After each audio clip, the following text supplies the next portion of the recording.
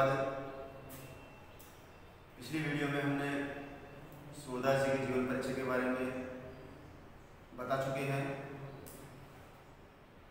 उसके बाद हमने जो पहला पद पढ़ाया था, उस पहले पद के अंदर गोपियाँ जो हैं वो उद्धव जी से कहती हैं कि श्री कृष्ण जो है वो हमारे लिए हरे पक्षी की लकड़ी के समान है। जिस प्रकार हरे पक्षी अपने पंजों में लकड़ी को दबाए रखता है, ऐसे ही हमने श्री कृष्ण को अपने हृदय में मजबूती से पकड़ रखा है। दूसरे पद में गोपियाँ जो हैं वो उद्धव जी से कहती हैं कि उद्धव जी, अगर श्री कृष्ण हमें मिलते हैं तभी भी हमारा अच्छा है, और नहीं मिलते हैं तभी भी हमारा अच्छा है, यानी कि हमारे दोनों हाथ में क्या है, लड्डू हैं। तीसरे पद के अंदर उन्होंने मथुरा नगरी को काजल की कोठरी के समान बताया है। अर्थात गोपियाँ उद्धव जी से कहती हैं कि उद्धव जी, मथुरा नगरी से जो भी आता है वो काला है, इसलिए मथुरा नगरी जो है वो काजल की कोठरी के समान है, यानी कि मन से भी काले हैं और तन से भी काले हैं। आज हम चौथा जो पद है वो शुरू कर रहे हैं। तो देखिए, चौथे पद के अंदर गोपियाँ जो है उद्धव जी से कह रही हैं कि हे उद्धव जी, हमारी जो आंखें हैं वो श्री कृष्ण के दर्शन करने के लिए व्याकुल हैं और उनके दर्शन करने के लिए दुखी हैं, और हम उनका रास्ता देख रहे हैं, उनके आने की बाट देख रहे हैं। यही इस पद के अंदर उन्होंने उद्धव जी से कहा है। देखिए क्या कह रही है वो, कि अखियां हरि दर्शन की भूखी, अखियां हरि दर्शन की भूखी। अर्थात हे उद्धव जी, हमारी जो आंखें हैं वो हरि, हरि का मतलब ईश्वर कृष्ण, अर्थात कृष्ण के दर्शन की भूखी, अर्थात क्या है, भूखी है। अर्थात हम श्री कृष्ण के क्या करना चाहती हैं, दर्शन करना चाहती हैं। आगे कहती हैं कि कैसे रहे रूप रस राची, कैसे रहे रूप रस राची। रूप रस राची का मतलब होता है कि रूप माधुर्य में डूबी हुई, अर्थात हमारी जो आंखें हैं वो श्री कृष्ण के रूप माधुर्य के अंदर डूबी हुई हैं। ये बतिया सुनी रूखी, बतिया का मतलब बातें, सुनी का मतलब सुनकर, रूखी का मतलब रूखी सुखी। अर्थात आपकी जो ये योग संदेश की और निर्गुण ब्रह्मा की जो रूखी सुखी बातें हैं, ये सुनकर के ये कैसे रह सकती हैं, क्योंकि हमारी जो आंखें हैं वो किसके अंदर रची बसी हैं, श्री कृष्ण की रूप माधुरी के अंदर रची बसी हैं।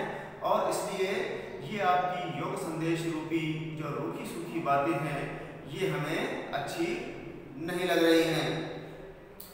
आगे कहती हैं गोपियाँ उद्धव जी से कि अवधि गणत, अवधि का मतलब समय, गणत का मतलब गिनते हुए, इकटक, इकटक का मतलब टकटकी लगाकर, मग जोवत, मग का मतलब मार्ग, जोवत का मतलब देखती हैं।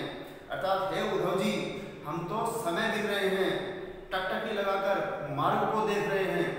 क्या कर रहे हैं हम तो समय गिन रहे हैं कृष्ण की वापसी आने का, और मार्ग जो है, रास्ता जो है, उसको हम टकटकी लगाकर देख रहे हैं कि कब श्री कृष्ण जो है वो वापस हमारे पास आएंगे। तब ऐती नहीं झूठी, तब ऐती, ऐती का मतलब इतनी, नहीं का मतलब नहीं, झूठी का मतलब दुखी हुई।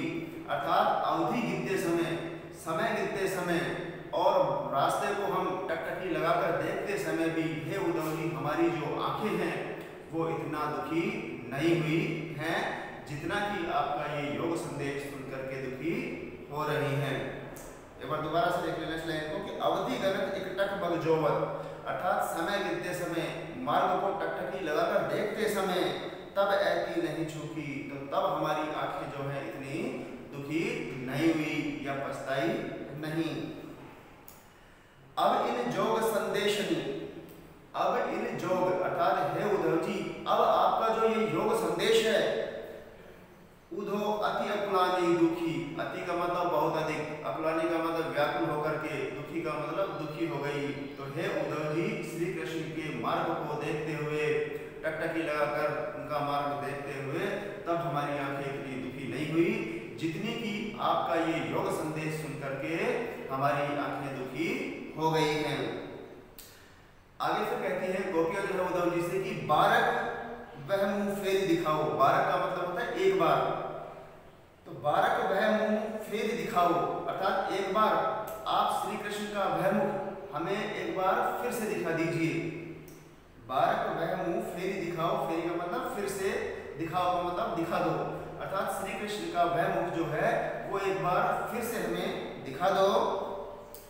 दुई पै पीवत पवीति, दुई का मतलब दू करके, पै का मतलब दूध, पीवत का मतलब पीते हुए, पतुखी का मतलब होता है पत्तों को के धोने में, अर्थात हे उद्धव जी आप श्री कृष्ण का वह मुख हमें एक बार फिर दिखा दीजिए जिससे वो गाय का दूध धो करके और दोनों के पत्तों के अंदर दूध पीते हुए जो उनका मुख था वो मुख हमें एक बार फिर से दिखा दीजिए। पतुकी का मतलब होता है पत्तों के धोने में, पीवत का मतलब पीते हुए, पै का मतलब दूध और दुही का मतलब धो करके, अर्थात दूध को धो करके दोनों के पत्तल में पीते हुए जो मुख है वो हमें एक बार फिर से आप दिखा दीजिए।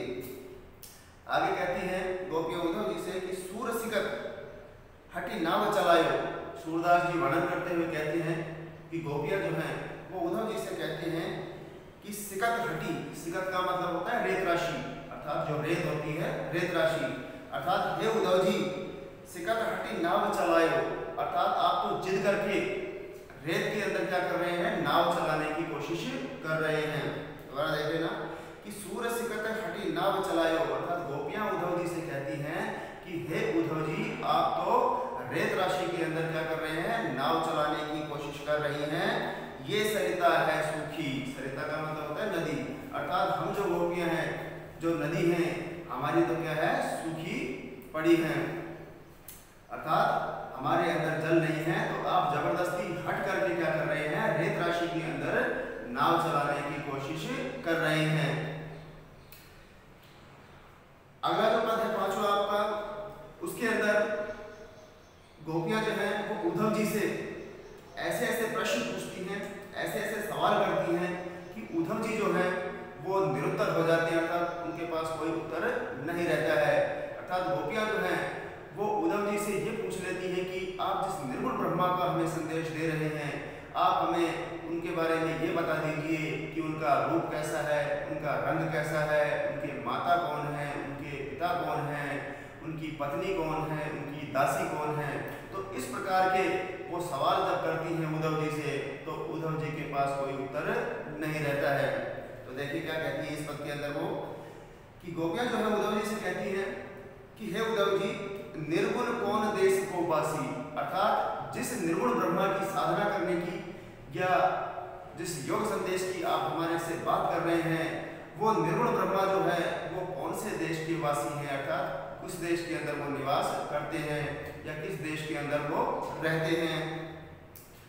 मधुकर, मधुकर का मतलब भौरा होता है लेकिन यहाँ मधुकर किसको कहा गया है, उद्धव जी को कहा गया है। तो हे उद्धव जी हंसी समझाए, अर्थात हंसकर कहती है हम कि हमें समझाइए। सौ दे बूझती, सौ का मतलब सौगंध देती हैं, बूझती का मतलब पूछती हैं। साच न हंसी, साच का मतलब सच्ची सच्ची, न हंसी, हंसी का मतलब हंसी कर रहे हैं, अर्थात हे उद्धव जी हम हंसकर आप हमें समझाइए, हम आपको सौगंध देती हैं, हम आपसे हंसी नहीं कर रही हैं, हम आपसे सच सच पूछ रही हैं। को है जनक, अर्थात उनका पिता कौन है, जिस निर्गुण ब्रह्मा की आप बात कर रहे हैं उनका पिता कौन है। जननी को कहियत, और उनकी माता कौन है, जननी का मतलब माता, अर्थात जननी अर्थात माता कौन है वो आप हमें बताइए। कौन नारी और कौन उनकी पत्नी है उन निर्गुण ब्रह्मा की, अर्को दासी, और उनकी दासी कौन है। तो इस प्रकार वो गोपियां जो है उद्धव जी से पूछती हैं कि हे उद्धव जी आपके उस निर्गुण ब्रह्मा के पिता कौन है, उनकी माता कौन है, उनकी पत्नी कौन है और उनकी दासी कौन है, आप हमें इस बारे में बता दीजिए। आगे कहती है कि कैसो वर्ण, अर्थात उनका रंग कैसा है, वर्ण का मतलब वर्ण रंग, अर्थात उनका रंग कैसा है। और भेष है कैसो, और उनकी वेशभूषा जो है वो किस प्रकार का है। के ही रस में अभिलाषी, और कौन से रस के वो अभिलाषी हैं, अर्थात उनको कौन से रस की इच्छा है ये आप हमें बता दीजिए, यानी कि उनका रंग कैसा है और उनका रंग कैसा है, उनकी वेशभूषा कैसी है और वो कौन से रस के अभिलाषी हैं, कौन से रस की इच्छा रखते हैं, ये आप हमें बता दीजिए। आगे कहती है गोपियां उद्धव जी से कि पावे गोपुनी कियो आपनो जोरे, अर्थात अपना किया हुआ आप स्वयं भुगतोगे। कहे गो गासी, गासी का मतलब होता है असत्य, अर्थात अपने किए हुए फल का फल आप स्वयं भुगतेंगे अगर आप हमें इस बारे में अगर कोई झूठी बातें या असत्य बातें बताएंगे। अर्थात उनके पिता के बारे में, माता के बारे में, उनके पत्नी के बारे में अगर आप हमसे झूठ बोलेंगे, कोई गलत बात हमें बताएंगे तो अपने किए हुए का फल आप स्वयं भोगेंगे। सुनत मौन हवे, सुनत का मतलब सुनते ही, मौन का मतलब चुप, हवे रहो ठग्यो सो, अर्थात गोपियों की इन बातों को सुनकर उद्धव जी जो हैं वो ठगे से खड़े रह गए, चुप हो गए, उनके पास कोई जवाब नहीं था, निरुत्तर हो गए उद्धव जी कि भाई क्या जवाब दें, क्या बताएं निर्गुण ब्रह्मा के माता पिता के बारे में, पत्नी के बारे में। तो गोपियों की इन बातों को सुनकर के उद्धव जी जो हैं वो चुप हो जाते हैं, ठगे से खड़े रह जाते हैं। सो सूर सबे मति नाश, अर्थात सूरदास जी वर्णन करते हुए कहते हैं कि उद्धव जी गोपियों की इन बातों को सुनकर उनकी मति नासी, मति का मतलब बुद्धि, नासी का मतलब नाश हो गया, अर्थात उद्धव जी की बुद्धि जो है वो नष्ट हो गई कि गोपियों के इन सवालों का वो क्या जवाब दे। तो बेटा आज के ये 2 पद आपके हो गए हैं। अगला जो एक पद और आखिरी बचा हुआ है वो हम कल की वीडियो में करवाएंगे। धन्यवाद।